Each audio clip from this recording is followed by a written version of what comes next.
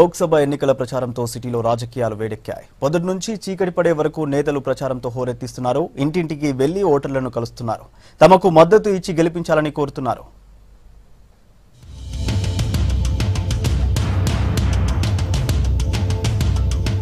వచ్చే ఎన్నికల్లో తనను గెలిపిస్తే సికింద్రాబాద్ను దేశంలోనే నెంబర్ 1 సిటీగా మారుస్తామన్నారు టీఆర్ఎస్ సికింద్రాబాద్ ఎంపీ అభ్యర్థి తలసాని సాయి కిరణ్ యాదవ్.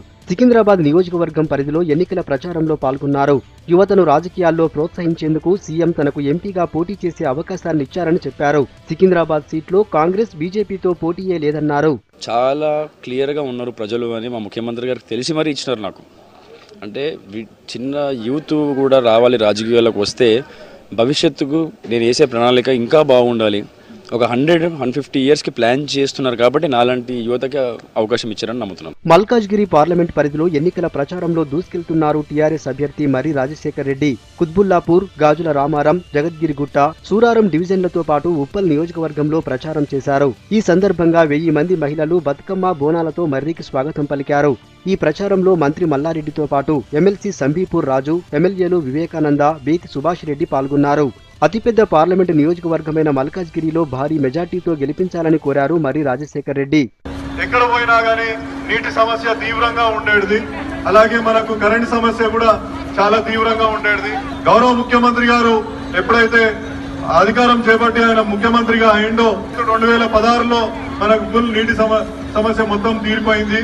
కరెంటు కూడా 24 గంటలు ఇచ్చి మన ఇవాళ ఇండస్ట్రీ పునరుద్ధరణ కూడా మన ముఖ్యమంత్రి గారు కృషి చేశారు. రాష్ట్రంలో లోక్సభ ఎన్నికలు జనబలానికి ధనబలానికి జరుగుతున్నాయన్నారు మల్కాజ్గిరి బీజేపీ అభ్యర్థి రామచంద్రరావు. ఎన్నికల ప్రచారంలో భాగంగా ఎల్బీనగర్ నియోజకవర్గంలో పర్యటించారు. మన్సూరాబాద్లో పార్టీ కార్యకర్తలతో సమావేశమయ్యారు. ప్రధానంగా పోటీ నేను చెప్పేది ఒకటే, అవతల వైపు 2 పార్టీలు ఉన్నప్పుడు కూడా ఇది ధనబలము జనబలం మధ్య వారికి ధనబలం ఉండొచ్చు కానీ నాకు జనబలం ఉండదు చెప్పి భావిస్తాను.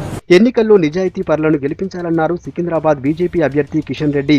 ప్రజాసేవకుడి చౌకీదారుగా దేశానికి ముందుంటానన్నారు. సికింద్రాబాద్ నామాలగుండలోని వెంకటేశ్వర స్వామి ఆలయంలో పూజలు చేసి ఎన్నికల ప్రచారాన్ని ప్రారంభించారు.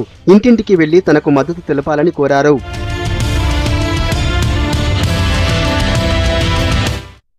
లోక్సభ ఎన్నికల వేళ నగరంలో భారీగా డబ్బు పట్టుబడుతోంది. ఇవాళ 1,83,00,000 రూపాయలను దిల్సుఖ్ నగర్ చెక్ పోస్ట్ లో పట్టుకున్నారు పోలీసులు. నిన్న రాత్రి దిల్సుఖ్ నగర్ నుంచి ఆటోలో తరలిస్తున్న 1 కోటి రూపాయలను పోలీసులు స్వాధీనం చేసుకున్నారు. గుంటూరు జిల్లా సత్తెనపల్లికి చెందిన ధాన్యం వ్యాపారి టాటా వెంకట శివ మహేశ్వరరావు ఈ డబ్బును తన గుమస్తా ద్వారా తరలిస్తుండగా పోలీసులకు దొరికింది.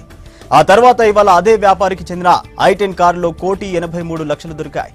వీటికి లెక్కలు లేకపోవడంతో ఐటీ శాఖ అధికారులకు అప్పజెపుతామన్నారు పోలీసులు.